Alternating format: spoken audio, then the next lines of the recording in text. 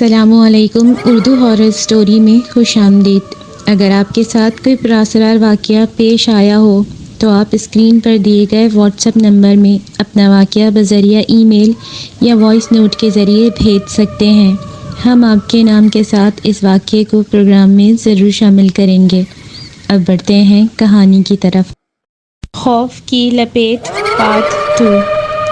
اتنے میں آمنہ نے رفیق کی طرف دیکھتے ہوئے کہا، یہ آپ کیا کہہ رہے ہیں؟ رفیق نے ہاتھ سے اشارہ کرتے ہوئے آمنہ کو چپ رہنے کا کہا اور بولا، ہماری بیٹی سمجھدار ہے، اس لیے وہ خود جانتی ہے اسے کیا کرنا ہے، اور ویسے بھی جب یہ آیت الکرسی پڑھتی ہوئی آئے گی تو مجھے یقین ہے کہ کوئی بھی شیطانی چیز اس کا کچھ بگاڑ نہیں سکتی۔ اتنے میں اسلم نے کہا، ٹھیک ہے، اب مجھے اجازت دیں، میں سونے جا رہا ہوں۔ آمنہ نے کہا، ارے بیٹا کھانا تو کھا لو۔ اسلم نے کہا، نہیں امی، دراصل اس منحوس عورت کو دیکھ کر میری ساری بھوک اڑ گئی ہے، اس لیے اب میں صبح ہی ناشتہ کروں گا۔ یہ کہتے ہوئے اسلم اپنے کمرے میں چلا گیا، باقی لوگ بھی سونے چلے گئے۔ اگلی صبح رفیق اٹھ کر سیدھا اپنے ابو حنیف کے پاس گیا اور اسے اپنے ساتھ ہوئے واقعے کے بارے میں ساری بات بتائی، جسے سن کر حنیف پریشان ہو کر کچھ سوچنے لگا۔ پھر حنیف نے رفیق کو اپنے ایک دوست بابو کے بارے میں بتایا جو کہ دم جھاڑے کا کام کرتا تھا۔ تو رفیق نے کہا، ٹھیک ہے ابو، میں آج کام پر جانے سے پہلے بابو چاچا کے پاس جاؤں گا اور انہیں یہ سب کچھ بتاؤں گا۔ یہ کہہ کر رفیق ناشتہ وغیرہ کر کے بابو سے ملنے چلا گیا۔ اتنے میں اسلم بھی سمیرہ کو لے کر اس کے کالج گیا اور اسے اتار کر اپنے کام پر چلا گیا، اور کچھ دیر کے بعد رفیق بھی راستے میں پوچھتا پوچھاتا بابو کے گھر پہنچ گیا۔ تو بابو نے رفیق سے پوچھا، تم کون ہو اور مجھے کیسے جانتے ہو؟ رفیق نے اپنے بارے میں بتاتے ہوئے کہا، چچا میرے ابو آپ کے پرانے دوست ہیں جو چوگل پنڈ میں بابا حنیفہ کے نام سے مشہور ہیں۔ تو بابو نے کہا، اچھا یاد آیا، تو تم حنیفے کے بیٹے ہو؟ رفیق نے کہا، جی چاچا۔ پھر بابو نے اسے اپنے گھر میں بٹھایا۔ پھر رفیق نے وہ سب کچھ بابو کو تفصیل سے بتایا تو بابو بھی پریشان ہو گیا اور کہنے لگا، دیکھو جو کچھ بھی تم نے مجھے بتایا اس سے یہی لگتا ہے کہ وہ واقعی میں بہت ہی خطرناک چیز ہے۔ اگر تمہاری جگہ کوئی اور ہوتا تو میں اس کے لیے اپنی جان خطرے میں نہ ڈالتا، لیکن تم میرے بچپن کے دوست کے بیٹے ہو، اس لیے میں تمہارے ساتھ چلوں گا اور دیکھوں گا کہ میں کیا کر سکتا ہوں۔ تم مجھے وہاں لے چلو جہاں تم نے اسے پہلی بار دیکھا تھا۔ یہ کہتے ہوئے بابو نے اپنا ایک تھیلا پکڑا اور رفیق کے ساتھ ٹرک میں بیٹھ گیا، اور رفیق اسے لے کر اس نہر کے پل کے پاس پہنچ گیا جہاں اس نے پہلی بار اس منحوس عورت کو دیکھا تھا۔ پھر بابو نے اس پوری جگہ کا معائنہ کرتے ہوئے کہا، اس کا بسیرا اس جگہ پر نہیں ہے بلکہ اس کا بسیرا کسی اور جگہ پر ہے، یہاں صرف وہ شکار کے لیے ہی آتی ہوگی۔ یہ سنتے ہی رفیق نے کہا، چچا تو پھر کیسے پتہ چلے گا کہ اس کا بسیرا کس جگہ پر ہے؟ بابو نے ادھر ادھر دیکھتے ہوئے کہا، جس جگہ دن میں بھی اندھیرا رہتا ہے ایسی کوئی جگہ تو ضرور ہوگی اس علاقے میں۔ یہ سنتے ہی رفیق بھی سوچ میں پڑ گیا اور بولا، پتہ نہیں چچا، کوئی جگہ ہوگی لیکن مجھے اس جگہ کا پتہ نہیں ہے۔ بابو نے کہا، اس کا پتہ لگانے کے لیے ہمیں شام کا انتظار کرنا پڑے گا، کیونکہ پہلے میں اسے دیکھوں گا، اس کے بعد میں اس کے بارے میں بتاؤں گا۔ رفیق نے کہا، تو ٹھیک ہے چچا، پھر آپ میرے ساتھ میرے گھر چلیں۔ ایک تو آپ میرے ابو سے مل لیجئے گا، دوسرا شام تک آپ ہمارے گھر میں ہی رہیے گا تاکہ شام میں آپ اس منحوس کو ڈھونڈ کر اسے یہاں سے بھگا دیں۔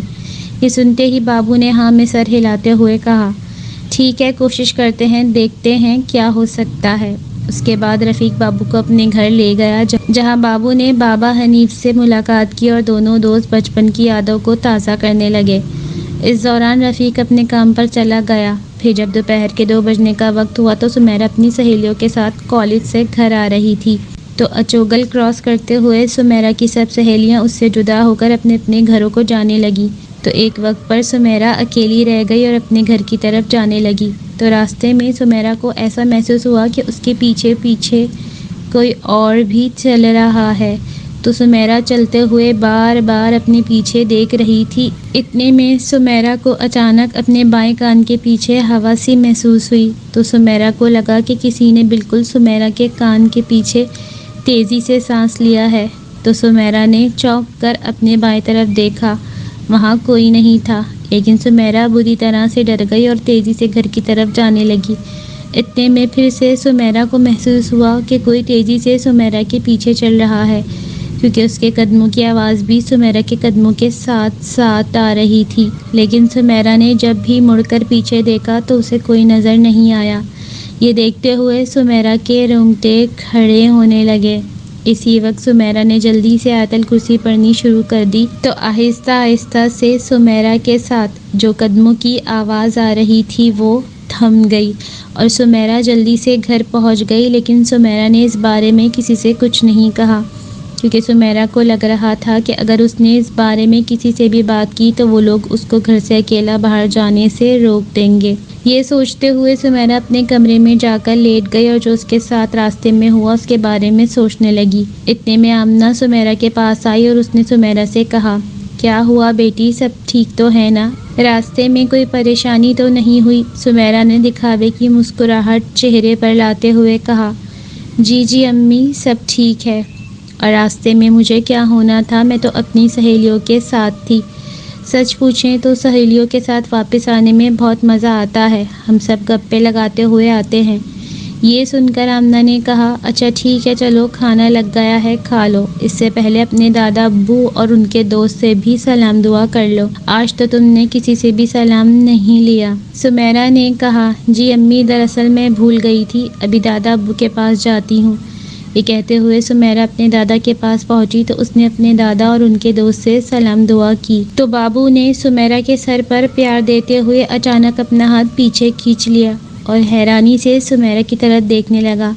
یہ دیکھتے ہوئے حنیف نے بابو سے پوچھا، کیا ہوا، اچانک تم نے بچے کے سر سے ہاتھ کیوں ہٹا لیا؟ بابو نے بنا حنیف کی بات کا جواب دیے سمیرہ سے پوچھا، بیٹی تم کہاں سے آئی ہو؟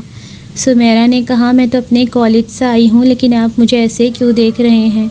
بابو نے کہا، تمہاری سب باتوں کا جواب مل جائے گا، لیکن تم مجھے اتنا بتا دو کہ تم کس راستے سے گھر تک آئی ہو۔ سمیرہ نے کہا، یہ جو گھر کے ساتھ والی گلی ہے وہاں سے آئی ہوں، یہ گلی نہر سے سیدھی ہمارے گھر تک آتی ہے۔ یہ سنتے ہی حنیف نے کہا، ارے بابو، ذرا مجھے بھی تو بتا دو، یہ تم کیا کر رہے ہو؟ بابو نے حنیف کی طرف دیکھتے ہوئے ہاں میں سر ہلایا، پھر اس نے اپنے تھیلے سے ایک پاؤڈر سا نکالا اور سمیرہ کے اوپر پھینک دیا۔ بابو کو ایسا کرتے دیکھ کر سمیرہ نے کہا، یہ آپ کیا کر رہے ہیں؟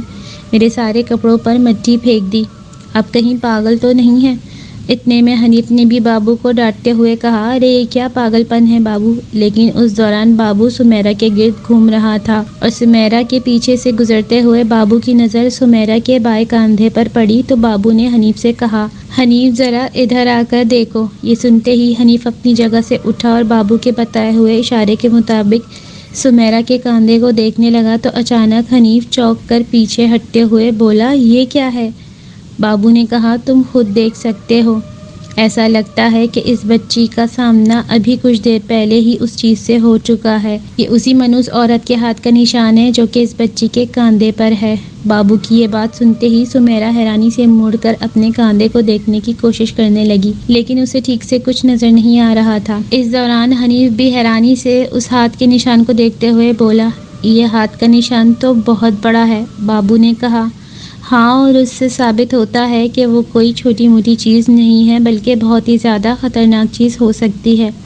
یہ سنتے ہی سمیرہ بھاگ کر اپنے کمرے میں گئی اور وہاں لگے شیشے کے سامنے جا کر اپنی کمر شیشے کی طرف کر کے اپنے کاندھے پر دیکھا تو سمیرہ کے ہوش اڑ گئے، کیونکہ سمیرہ کے کاندھے کے پیچھے ایک بہت بڑا سا ہاتھ کا نشان تھا جو کہ سمیرہ کے کپڑوں پر پڑا ہوا تھا۔ اسی وقت سمیرہ نے اپنے کاندھے پر لگے اس نشان کو ہاتھ سے مٹانے کی کوشش کی، لیکن وہ نشان نہیں مٹا۔ یہ دیکھتے ہوئے سمیرہ بھاگ کر واپس بابو کے پاس گئی اور بولی، انکل، میرے کاندھے پر یہ کیسا نشان آ گیا؟ بابو نے مسکراتے ہوئے کہا، بیٹی یہ تو تم اچھے سے بتا سکتی ہو۔ سمیرہ نے کہا، میں کیسے بتا سکتی ہوں، مجھے تو کسی نے چھوا بھی نہیں تھا، تو پھر یہ نشان کیسے آ گیا؟ بابو نے کہا، دیکھو بیٹی، میں اتنا ضرور جان گیا ہوں کہ تمہارا کچھ پہلے ہی اس سے سامنا ہو چکا ہے، اس لیے تو کہہ رہا ہوں بیٹی، کچھ چھپانے کی ضرورت نہیں ہے، بتا دو جو بھی تمہارے ساتھ ہوا تاکہ میں کوئی حل نکال سکوں۔ یہ سنتے ہی سمیرہ نے بابو کو وہ سب بتا دیا جو کالج سے واپس آتے ہوئے اس کے ساتھ ہوا تو بابو نے کہا، اچھا تو یہ بات تھی، یہ کہتے ہوئے بابو کچھ سوچنے لگا۔ اتنے میں سمیرا نے کہا، جی انکل، اب آپ جلدی سے اس نشان کو غائب کر دیں، اسے اپنے کاندھے پر دیکھ کر مجھے وحشت سی ہو رہی ہے۔ بابو نے کہا، گھبراؤ نہیں بیٹی، یہ بھی ختم ہو جاتا ہے۔ یہ کہتے ہوئے بابو نے ایک رومال پر کچھ پڑھا اور اس سے سمیرا کے کپڑے جھاڑ دیے تو وہ نشان فوراً مٹ گیا۔ پھر بابو نے اس رومال پر دوبارہ کچھ پڑھا، اسے دور پھینکا تو اس رومال کو خود بخود آگ لگ گئی اور وہ رومال جل کر خاک ہو گیا۔ یہ منظر حنیف اور سمیرا بڑی حیرانی سے دیکھ رہے تھے۔ اتنے میں آمنہ بھی ان کے پاس آئی اور رومال کی خاک سے نکلتے ہوئے دھوئیں کو دیکھ کر بولی، یہ کیا جلایا ہے کسی نے؟ اتنے میں حنیف نے آمنہ کی طرف دیکھتے ہوئے کہا، کچھ نہیں بیٹی، یہ پیر صاحب نے کچھ جلایا تھا۔ یہ سنتے ہی بابو نے ہنستے ہوئے حنیف کی طرف دیکھتے ہوئے کہا، ارے یار، میں کوئی پیر ویر نہیں ہوں، میں تو بس تیرا لنگوٹیا یار ہوں اور تو مجھے پیر کہہ رہا ہے۔ یہ سنتے ہی رفیق نے ہاں میں سر ہلایا اور اسلم کے ساتھ بابو کو تلاش کرنے کے لیے گھر سے باہر نکلا ہی تھا کہ اسلم نے زمین پر گرا ہوا خون دیکھ کر کہا، ابو کیا آپ کو لگتا ہے یہ بابو دادا کا ہی خون ہے؟ رفیق نے کہا، پتہ نہیں، لیکن جس طرح یہ ہمارے دروازے پر گرا ہے اور جیسے کہ آنٹی نصرت نے بتایا کہ بابو چچا نے آنٹی کو بچاتے ہوئے گھر میں دھکا دیا اور خود اس منحوس عورت کے سامنے چلے گئے، اس سے تو یہی لگتا ہے کہ یہ ضرور بابو چچا کا ہی خون ہے، کیونکہ وہ منحوس بہت خطرناک اور غسیلی ہے۔ بس دعا کرو کہ بابو چچا سلامت ہی ہوں۔ یہ سن کر اسلم نے جلدی سے بائک اسٹارٹ کی اور رفیق سے کہا، چلیں ابو، پھر انہیں ڈھونڈنے کی کوشش کرتے ہیں۔ یہ سن کر رفیق نے ہاں میں سر ہلایا اور بائک پر بیٹھ گیا۔ پھر اسلم نے آیت الکرسی پڑھتے ہوئے بائک چلانی شروع کر دی اور آس پاس دیکھتے ہوئے آگے بڑھنے لگا۔ کافی دیر ادھر ادھر تلاش کرنے کے بعد اسلم نے رفیق سے کہا، ابو ہر جگہ تو ہم نے دیکھ لیا، اب آپ بتائیں کس طرف چلیں؟ یہ سن کر رفیق کچھ سوچتے ہوئے ادھر ادھر دیکھنے لگا۔ پھر اچانک رفیق نے کہا، بیٹا ذرا واپس گھر کی طرف چلو۔ یہ سنتے ہی اسلم نے کہا، کیا ہوا ابو؟ رفیق نے کہا، بیٹا ہم گھر سے کافی دور نکل آئے ہیں، لیکن مجھے لگتا ہے کہ ہم نے ایک چیز پر غور نہیں کیا۔ یہ سنتے ہی اسلم نے کہا، کس چیز پر ابو؟ رفیق نے کہا، جو خون ہمارے دروازے پر تھا، اگر ہم اسے غور سے دیکھنے کی کوشش کریں تو ہو سکتا ہے ہمیں کچھ اور بھی نشانات مل جائیں۔ یہ سنتے ہی اسلم نے کہا، لیکن ابو میں نے دیکھا تھا وہ خون صرف ہمارے دروازے پر ہی تھا، مجھے تو کوئی نشان نہیں دکھائی دیے۔ رفیق نے کہا، بیٹا مجھے لگتا ہے کہ اگر ہم غور سے دیکھیں گے تو شاید کچھ مل ہی جائے گا، ورنہ ہمیں پولیس سے رابطہ کرنا پڑے گا، اور تمہیں تو پتہ ہے پولیس والے ان جن بھوت وغیرہ پر یقین نہیں کرتے۔ یہ سنتے ہی اسلم نے کہا، جی ٹھیک ہے ابو، اگر آپ کہتے ہیں تو ایک بار پھر سے دیکھ لیتے ہیں۔ یہ کہتے ہوئے اسلم بائک واپس گھر کی طرف لے گیا، اور جیسے ہی اسلم گھر کے دروازے پر پہنچا تو رفیق نے موبائل کی لائٹ آن کر کے اس خون پر ماری تو خون کے کچھ قطرے کھیتوں والے کچے راستے کی طرف گرے ہوئے تھے۔ ابھی رفیق یہ دیکھ ہی رہا تھا کہ اسلم نے کہا، ابو ان نشانات کے مطابق تو ہمیں اس کچے راستے پر ہی جا کر دیکھنا ہوگا۔ رفیق نے کہا، ذرا رکو، یہ نشان اس سے آگے نہیں ہے، اب پتہ نہیں ہمیں کس طرف جانا چاہیے۔ ابھی رفیق یہ بات کر ہی رہا تھا کہ اچانک کھیتوں کی طرف سے ایک خوفناک چیخ کی آواز سنائی دی، جسے سنتے ہی رفیق اور اسلم چونک گئے۔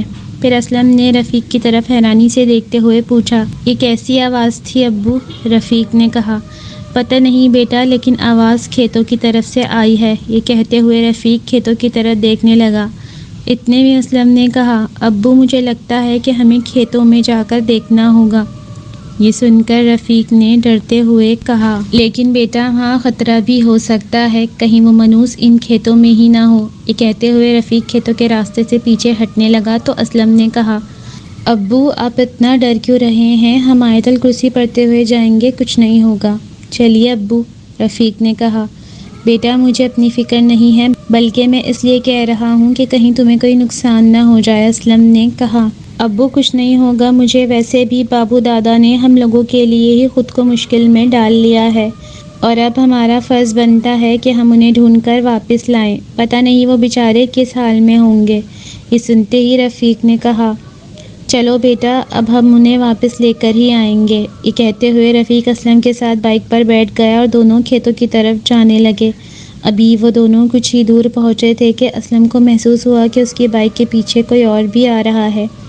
یہ سوچتے ہوئے جیسے ہی اسلم نے مڑ کر پیچھے دیکھا تو وہ منحوس عورت ان کی بائک کے پیچھے بھاگ رہی تھی۔ یہ دیکھتے ہوئے اسلم نے اونچی آواز میں آیت الکرسی پڑھنی شروع کر دی تو اسی وقت رفیق نے بھی پیچھے دیکھا تو اس کے رونگٹے کھڑے ہو گئے۔ اس نے اسلم سے کہا، بیٹا جلدی چلاؤ، وہ ہمارے قریب آ رہی ہے۔ اسلم نے کہا، ابو آپ بھی آیت الکرسی پڑھیں۔ یہ سنتے ہی رفیق نے بھی اونچی آواز میں آیت الکرسی پڑھتے ہوئے دوبارہ پیچھے دیکھا تو وہ منحوس بھاگ کر وہاں سے فصلوں کے اندر چلی گئی۔ اتنے میں اسلم نے بھی پیچھے مڑ کر دیکھا تو ان کے پیچھے کوئی نہیں تھا، تو اسلم نے بائک کی رفتار کم کر لی اور آہستہ آہستہ بائک چلاتے ہوئے ادھر ادھر دیکھنے لگا۔ اس دوران رفیق بھی آس پاس کی فصلوں کو غور سے دیکھ رہا تھا کہ اچانک رفیق نے ایک جگہ اشارہ کرتے ہوئے کہا، بیٹا وہ دیکھو کوئی فصلوں کے قریب گرا ہوا ہے۔ یہ سنتے ہی اسلم نے بائک روک دی اور رفیق آہستہ آہستہ سے ادھر ادھر دیکھتے ہوئے اس شخص کی طرف بڑھنے لگا، اور جیسے ہی رفیق اس شخص کے پاس پہنچا تو رفیق کے ہوش اڑ گئے، کیونکہ وہاں بابو کی لاش پڑی ہوئی تھی جو کہ بہت بری حالت میں تھی، کیونکہ لاش کو کسی نے بہت بری طرح نوچا ہوا تھا۔ ایسا لگ رہا تھا کہ کسی نے بابو کے پورے جسم سے گوشت نوچ کر کھا لیا ہے۔ یہ دیکھتے ہی رفیق نے اسلم سے کہا، بیٹا یہ تو بابو چچا ہیں۔ یہ سنتے ہی اسلم لاش کے پاس پہنچا تو اسے اس حال میں دیکھ کر اسلم بھی چکرا گیا۔ اتنے میں رفیق نے کہا، بیٹا جلدی کرو، اسے اٹھانے میں میری مدد کرو۔ یہ سنتے ہی اسلم نے رفیق کے ساتھ مل کر بابو کی لاش کو بائک پر سوار کیا اور رفیق لاش کو پکڑ کر اسلم کے پیچھے بیٹھ گیا۔ اس دوران لاش اسلم اور رفیق کے درمیان میں تھی اور رفیق نے لاش کی بغلوں سے اپنے ہاتھ نکال کر اسلم کو پکڑ رکھا تھا۔ اسلم بائک چلاتے ہوئے مسلسل آیت الکرسی پڑھ رہا تھا اور رفیق آنکھوں میں آنسو لیے کسی سوچ میں گم تھا کہ اتنے میں شدید غرغراہٹ کی آواز سنائی دی۔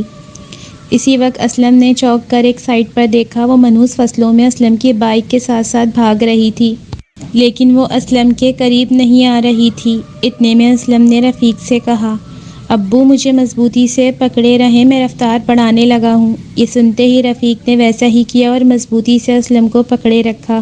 اسی وقت اسلم نے اس کچے راستے پر اندھا دھند بائک چلانا شروع کر دی۔ اس دوران بار بار بائک گرتے ہوئے بچ رہی تھی۔ رفیق نے کہا، بیٹا ذرا احتیاط سے چلاؤ، کہیں ہم گر نہ جائیں۔ اسلم نے کہا، ابو وہ ابھی تک ہمارے ساتھ ساتھ بھاگ رہی ہے۔ یہ کہتے ہوئے اسلم نے پوری رفتار سے بائک بھگانی شروع کر دی، اور جیسے ہی بائک اس کچے راستے سے باہر نکلی تو اسلم نے فوراً مڑ کر دیکھا تو وہ منحوس کہیں نظر نہیں آ رہی تھی۔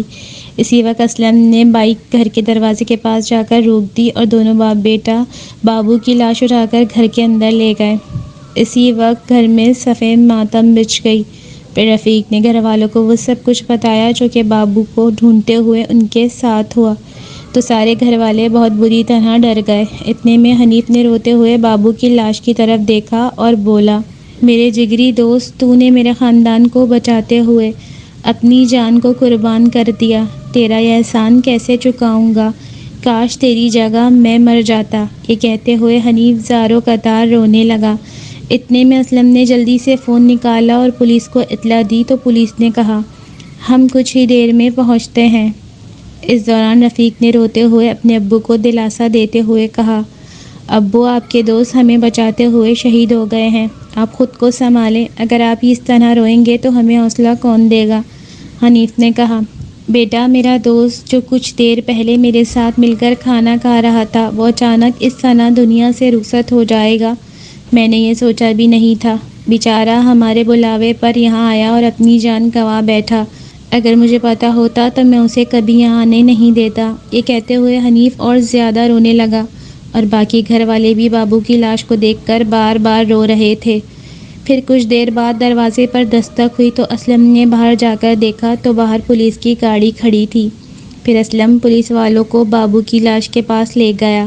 پھر رفیق اور اسلم نے پولیس کو سب کچھ بتایا تو پولیس والے نے رفیق سے کہا، دیکھیں جناب، آپ ہمیں غلط مت سمجھیے گا، پہلے ہمیں بابو کا پوسٹ مارٹم کرنا ہوگا، اس کے بعد ہم آپ لوگوں سے مزید پوچھ تاچھ کریں گے۔ دراصل آپ لوگوں نے ہمیں جو کچھ بھی بتایا ہے وہ قانون کی نظر میں کوئی اہمیت نہیں رکھتا، کیونکہ قانون صرف ثبوتوں کی روشنی میں فیصلہ کرتا ہے، اور آپ لوگوں کے پاس اس بات کا کوئی ثبوت نہیں ہے کہ یہ قتل کس نے کیا ہے۔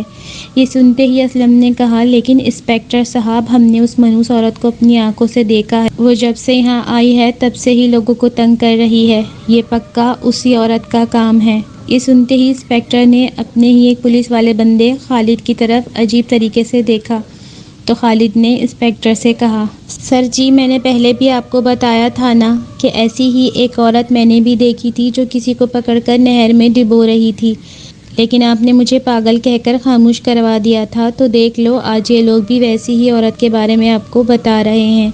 یہ سنتے ہی انسپکٹر نے خالد کو شٹ اپ کال دیتے ہوئے کہا، اگر ایسی ہی کوئی عورت ہے تو پھر ہم پورے 8 دن اسے یہاں تلاش کرتے رہے ہیں، تو وہ کہیں ہمیں نظر کیوں نہیں آئی، اور نہ ہی تم اسے اب تک ڈھونڈ پائے ہو، اس لیے تم خاموشی رہو تو بہتر ہے۔ یہ کہنے کے بعد انسپکٹر نے رفیق سے کہا، دیکھیں آپ لوگوں نے جو بھی دیکھا ہے اور بتایا ہے، میں یہ نہیں کہتا کہ آپ لوگ جھوٹ بول رہے ہیں، لیکن فی الحال مجھے بابو کا پوسٹ مارٹم کروانا پڑے گا، اس کے بعد میں آپ سے بات کروں گا، اور اگر پوسٹ مارٹم کی رپورٹ کے مطابق بابو کا قتل ٹھیک ویسے ہی ہوا ہے جیسا آپ بتا رہے ہیں، تو پھر ہم اس معاملے میں کوئی چارہ جوئی کریں گے، اس لیے اب ہمیں اجازت دیں۔ اس کے بعد انسپکٹر نے بابو کی لاش پوسٹ مارٹم کے لیے بھیج دی اور چلا گیا۔ انسپکٹر کے جاتے ہی آمنہ نے کہا، یہ کیسے پولیس والے ہیں، انہیں ہماری باتوں پر یقین ہی نہیں ہو رہا، اگر انہوں نے اب بھی اس منحوس عورت کو نہیں پکڑا تو وہ پتہ نہیں مزید اور کتنی جانیں لے لے گی۔ یہ سن کر حنیف نے کہا، یہ پولیس والوں کا کیس نہیں بلکہ عاملوں کا کیس ہے، پولیس اس معاملے میں کچھ نہیں کر سکتی، کیونکہ پولیس والے صرف قانون اور آئین کی بالادستی کے لیے کام کرتے ہیں، اور یہ جن بھوتوں کا کام ہے تو پولیس کی پہنچ سے بہت دوری کا کام ہے، اس لیے اکثر پولیس اس معاملے میں بے بس ہوتی ہے، کیونکہ وہ صرف قانون کے مطابق ہی کام کرتے ہیں۔ حنیف کی یہ بات سن کر رفیق نے کہا، جی ابو جی، مجھے بھی ایسا ہی لگ رہا ہے۔ اتنے میں حنیف دوبارہ بابو کے بارے میں سوچتے ہوئے رونے لگا، اور رفیق پھر سے اسے دلاسا دینے کی کوشش کرنے لگا کہ اتنے میں صحن سے دھمک کی آواز سنائی دی، تو سب لوگ چونک کر ایک دوسرے کی طرف دیکھنے لگے، تو رفیق نے سب کی طرف دیکھتے ہوئے اپنی انگلی اپنے منہ پر رکھتے ہوئے خاموش رہنے کا کہا، تو سب خاموش ہو گئے۔ پھر رفیق نے سرگوشی میں کہا، چاہے کچھ بھی ہو جائے، کوئی بھی کمرے سے باہر مت نکلے، ورنہ ہم سب خطرے میں پڑ جائیں گے، میں دیکھ کر آتا ہوں باہر کیا ہوا ہے۔ آمنہ نے رفیق کا ہاتھ پکڑتے ہوئے بنا بولے نامے سر ہلایا، تو رفیق نے اپنا ہاتھ آمنہ کے ہاتھ سے چھڑاتے ہوئے کہا، ارے کچھ نہیں ہوگا، مجھے باہر جا کر دیکھنے تو دو، ویسے بھی وہ منحوس کہیں دفع ہو چکی ہے۔ اتنے میں حنیف نے کہا، بیٹا اپنا خیال رکھنا، اگر ذرا بھی خطرہ محسوس ہو تو اسی وقت واپس کمرے میں آ جانا، میں اپنے پیارے دوست کو کھو چکا ہوں، اب مجھ سے اور کچھ برداشت نہیں ہو پائے گا۔ رفیق نے کہا، ابو آپ اطمینان رکھیں، سب ٹھیک ہوگا، بس میرے پیچھے کوئی نہ آئے۔ یہ کہتے ہوئے رفیق کمرے سے باہر نکلا، اور اس نے آہستہ آہستہ سے آگے بڑھتے ہوئے دور سے ہی صحن کی طرف دیکھا، تو وہاں کوئی نہیں تھا۔ یہ دیکھتے ہوئے رفیق صحن میں گیا تو اچانک رفیق کو خوفناک سی گھراہٹ کی آواز سنائی دی، جیسے کوئی سوتے ہوئے خراٹے مار رہا ہو۔ اسے سنتے ہی رفیق ڈر سے لرز گیا، اور اسے ٹھنڈ میں ہی پسینے آنے لگے۔ رفیق نے کانپتے ہوئے چہرے کو آہستہ سے اپنے دائیں بائیں گھما کر دیکھا، لیکن کہیں کوئی نظر نہیں آ رہا تھا۔ اتنے میں اسلم بھی کمرے سے باہر صحن کی طرف آ رہا تھا کہ اچانک اسلم رفیق کی طرف دیکھ کر وہیں رک گیا، اور رفیق کی طرف دیکھتے ہوئے ڈر سے کانپنے لگا۔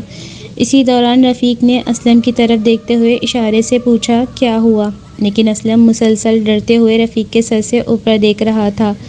اسی دوران اچانک رفیق کو اپنے پیچھے سے گھراہٹ کی آواز سنائی دی، تو رفیق نے فوراً چونکتے ہوئے اپنے پیچھے دیکھا، تو اس کے رونگٹے کھڑے ہو گئے، کیونکہ وہ منحوس بالکل رفیق کے پیچھے کھڑی رفیق کو گھورتے ہوئے اپنا منہ کھول رہی تھی، اور اپنی ٹیڑھی میڑھی انگلیوں والے بڑے بڑے ہاتھوں کو آپس میں مسل رہی تھی۔ یہ دیکھتے ہوئے رفیق آہستہ آہستہ سے پیچھے ہٹنے لگا، اور جیسے ہی اس منحوس نے اپنا قدم رفیق کی طرف بڑھایا تو رفیق کی ٹانگیں بری طرح کانپنے لگیں، اس کی حالت بری طرح خراب ہونے لگی، اور رفیق وہیں کھڑا ہو کر چکرانے لگا۔ یہ دیکھتے ہوئے اسلم جلدی سے اونچی آواز میں آیت الکرسی پڑھتے ہوئے رفیق کی طرف بھاگا۔ اتنے میں اس منحوس کی نظر اسلم پر پڑی تو اس نے رفیق کو اس کی ٹانگوں سے پکڑ کر اسے گھسیٹ کر دیوار کو پھیلانگنے لگی تو اسلم نے جلدی سے آگے بڑھتے ہوئے پاس میں پڑا ہوا ایک ڈنڈا اٹھایا اور آیت الکرسی پڑھتے ہوئے رفیق کو کمر سے پکڑ لیا۔ اسی وقت اس منحوس نے گراتے ہوئے اسلم کی طرف دیکھا اور رفیق کی ٹانگ کو کھینچنے کی کوشش کی تو اسلم نے جلدی سے اس منحوس کے ہاتھ پر ڈنڈا مارتے ہوئے رفیق کی ٹانگ کو اس کے ہاتھ سے چھڑانے کی کوشش کی تو اسی وقت اچانک وہ منحوس کہیں غائب ہو گئی اور اسلم کا وار خالی رہ گیا۔ پھر اسلم جلدی سے رفیق کو اپنے ساتھ کمرے میں لے گیا اور کمرے میں موجود سب لوگ ان دونوں کو حیرانی سے دیکھ رہے تھے۔ پھر آمنہ نے کہا، کیا ہوا باہر اور یہ آوازیں کیسی تھیں؟ رفیق نے بنا بولے تیزی سے سانسیں لیتے ہوئے نام سر ہلایا، پھر اسلم کی طرف دیکھتے ہوئے بولا، تمہارا شکریہ بیٹا، اگر تم وقت پر نہ آتے تو شاید میرا بھی بابو چچا جیسا حال ہو جاتا۔ یہ سنتے ہی آمنہ نے رفیق کی طرف حیرت سے دیکھتے ہوئے کہا، کیا آپ کی جان خطرے میں تھی؟ یہ سنتے ہی سمیرہ نے رفیق کی طرف دیکھتے ہوئے کہا، ابو آپ باہر کیوں گئے تھے؟ اگر آپ کو کچھ ہو جاتا تو آپ نے ایک بار پھر ہمارے بارے میں نہیں سوچا؟ آپ کو پتہ بھی ہے آپ نے کتنی بڑی غلطی کی ہے۔ یہ کہتے ہوئے سمیرہ رونے لگی اور روتے ہوئے سمیرہ نے رفیق کی زندگی کے لیے دعا کی۔ یہ سن کر رفیق نے سمیرہ کے سر پر ہاتھ پھیرتے ہوئے کہا، ارے میری پیاری بیٹی، جب تک تم جیسے بچوں کی دعائیں میرے ساتھ ہیں مجھے کچھ نہیں ہو سکتا۔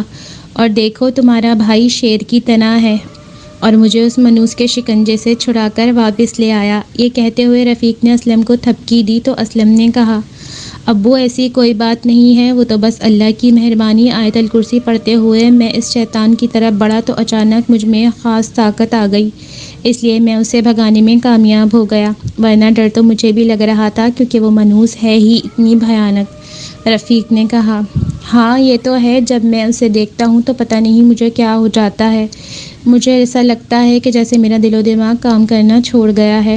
ایک عجیب سی دہشت ہے اس منحوس کے چہرے پر، اسے دیکھتے ہی میرے ہاتھ پاؤں پھول جاتے ہیں، سمجھ نہیں آتا کہ میں کیا کروں، بہت ڈر جاتا ہوں میں۔ یہ سنتے ہی اسلم نے کہا، پر ابو اگر آپ بھی میری طرح آیت الکرسی پڑھتے ہوئے اس کا سامنا کریں گے تو مجھے پورا یقین ہے آپ بھی بہادری سے اس کا سامنا کر سکتے ہیں اور وہ آپ کو نقصان نہیں پہنچا سکے گی۔ رفیق نے کہا، ہاں بیٹا تم ٹھیک کہتے ہو، اللہ کے کلام میں سب سے زیادہ طاقت ہے۔ اتنے میں حنیف نے رفیق کی طرف دیکھتے ہوئے کہا، بیٹا رام گڑھ کے قریب 10 بڑے میاں دربار ہے، وہاں پر میں نے ایک بزرگ کو دیکھا تھا جو کہ کسی کے اندر سے جن نکال رہے تھے اور میری آنکھوں کے سامنے اس بزرگ نے اس بندے کو ٹھیک کر دیا تھا جس پر سایہ تھا، اس لیے مجھے لگتا ہے کہ اگر تم اس بزرگ کا پتہ لگا لو تو شاید وہ اس بارے میں تمہاری کوئی مدد کر سکے گا۔ یہ سنتے ہی رفیق نے کہا، لیکن ابو ان بزرگوں کا نام کیا ہے؟ حنیف نے کہا، میں ان کا نام تو نہیں جانتا، لیکن کچھ مہینے پہلے جب میں بابو کے ساتھ گیا تھا تو بابو نے مجھے اتنا بتایا تھا کہ وہ بزرگ بابو کے استاد ہیں اور وہ مجھے ان سے ملوانے کے لیے لے گیا تھا، لیکن میری ان بزرگ سے بات چیت نہیں ہو سکی کیونکہ وہ بہت مصروف تھے اور کافی لوگ ان کے مرید بن کر ان کے آس پاس آئے ہوئے تھے، اس لیے میں بس ان سے سلام دعا ہی کر پایا۔ یہ سنتے ہی اسلم نے کہا، پر دادا ابو وہاں موجود ان کے مرید تو ان کو کسی کے نام سے بلاتے ہوں گے؟ حنیف نے کہا، ہاں بابو کے ساتھ ساتھ کچھ اور لوگ بھی ان کو صرف شاہ جی کہہ کر سلام کرتے تھے، اس کے علاوہ ان کا پورا نام میں نے نہیں سنا تھا۔ یہ سن کر رفیق نے کہا، اس کا مطلب ہے کہ اگر ہم اس دربار میں جا کر شاہ جی کا پتہ کریں تو شاید کوئی نہ کوئی ہمیں ان تک پہنچا دے۔ حنیف نے کہا، ہاں یہ ہو سکتا ہے۔ اسلم نے کہا، پھر تو ہم وہاں ضرور جائیں گے ابو۔ اتنے میں آمنہ نے کہا، رات بہت ہو چکی ہے، اب آپ لوگوں کو آرام کرنا چاہیے، کل تک بابو چچا کا پوسٹ مارٹم بھی ہو جائے گا تو ہمیں ان کا کفن دفن بھی کرنا ہوگا۔ اتنے میں سمیرہ نے کہا، ابو آپ بابو دادا کے گھر والوں کو کیسے بتائیں گے؟ ان بیچاروں کو تو پتہ ہی نہیں ہوگا کہ ان کے گھر کا فرد اب اس دنیا میں نہیں رہا۔ یہ سنتے ہی رفیق نے کہا، بیٹی ان کے گھر کوئی ہوتا تو میں بتاتا نا۔ یہ سنتے ہی سمیرہ نے حیرت انگیز نظروں سے رفیق کی طرف دیکھتے ہوئے کہا، کیا کوئی نہیں تھا؟ ابو اس بات کا کیا مطلب ہے؟ اتنے میں حنیف نے سمیرہ سے کہا، ہاں میری بچی، رفیق ٹھیک کہہ رہا ہے، بابو کے ماں باپ بھی میرے ماں باپ کی طرح کب کے اس دنیا سے پردہ کر چکے تھے. بس ایک بڑا بھائی تھا، وہ بھی ایک ایکسیڈنٹ میں فوت ہو چکا تھا، اور بابو نے تو پیری فقیری کی لائن میں آ کر شادی ہی نہیں کی تھی، اس لیے اس کے آگے پیچھے کوئی نہیں تھا. ہاں، ایک اس کا مرید تھا، اسی نے بابو کو اپنے گھر میں ایک کمرہ دے رکھا تھا بس. یا اس کے علاوہ میں تھا جو اس کے قریب تھا بس. لیکن آج وہ بیچارہ مجھ سے بھی دور چلا گیا ہے. یہ کہتے ہوئے حنیف پھر سے رونے لگا. پھر رفیق نے حنیف کو دوبارہ دلاسا دیتے ہوئے کہا، ابو صبر کریں، ہم ہیں نا، ہم ان کے کفن دفن کی رسومات اچھے سے ادا کریں گے اور ان کے اصالِ ثواب کے لیے پڑھائی کریں گے. یہ سنتے ہی حنیف نے ہاں میں سر ہلایا اور اپنے آنسوؤں کو صاف کرتا ہوا اپنے کمرے میں چلا گیا، اور گھر کے باقی لوگ بھی سوگوار انداز میں آرام کرنے چلے گئے. اس رات رفیق کو نیند نہیں آ رہی تھی، وہ بار بار کروٹ بدل رہا تھا. کبھی اٹھ کر اپنے کمرے میں ٹہلنے لگتا جبکہ گھر کے باقی لوگ سو چکے تھے. اتنے میں ٹہلتے ہوئے اچانک رفیق نے اپنے کمرے کی کھڑکی کھول کر باہر صحن کی طرف دیکھا تو رفیق کو ایسا محسوس ہو رہا تھا کہ کوئی بڑے سے جانور جیسی چیز گھر کے آنگن میں ادھر سے ادھر جا رہی ہے. ابھی رفیق اس کو دیکھ ہی رہا تھا کہ اچانک وہ چیز باہری 10 فٹ کی دیوار کو ایسے پھلانگ کر باہر چلی گئی جیسے کوئی 1 فٹ کی دیوار کو پھلانگ کر جاتا ہے. یہ دیکھتے ہی رفیق بہت زیادہ ڈر گیا اور اس نے آہستہ سے کھڑکی بند کی اور کمبل میں چھپ کر لیٹ گیا. اس دوران رفیق بری طرح سے کانپتے ہوئے آیت الکرسی پڑھ رہا تھا، اور آیت الکرسی پڑھتے ہوئے رفیق کب سو گیا اسے پتہ نہیں چلا. اگلے دن جب رفیق اٹھا تو اس کو گھر کے آنگن میں کچھ آوازیں آتی سنائی دی. یہ سنتے ہی رفیق نے کھڑکی کھول کر دیکھا تو گھر کے آنگن میں پولیس والے کھڑے ہوئے رفیق کے گھر والوں سے کچھ بات کر رہے تھے. یہ دیکھتے ہوئے رفیق جلدی سے ان کے پاس گیا تو انسپکٹر نے رفیق سے سلام دعا کرتے ہوئے کہا، رفیق صاحب، بابو کی پوسٹ مارٹم رپورٹ کے مطابق یہ پتہ چلا ہے کہ بابو کی موت بہت ہی پراسرار طریقے سے ہوئی تھی، کیونکہ اس کے سینے میں دل ہی موجود نہیں. ایسا لگتا تھا کہ جیسے کسی نے بھاری ہتھوڑے سے اس کے سینے پر وار کر کے اس کا سینہ پھاڑ دیا اور پھر اس کے دل کو آنتوں کے ساتھ باہر کھینچ لیا تھا، کیونکہ اس کے سینے کے ایک سائڈ کی زیادہ تر پسلیاں ٹوٹی ہوئی تھیں اور سینے میں بہت بڑا شگاف پڑا ہوا تھا. یہ سنتے ہی رفیق نے حیرانی سے انسپکٹر کی طرف دیکھتے ہوئے کہا، کیا بابو کے سینے میں سے دل غائب تھا؟ اس کا مطلب اس منحوس عورت نے بابو کا دل نکال کر کھا لیا تھا. یہ سنتے ہی انسپکٹر نے کہا،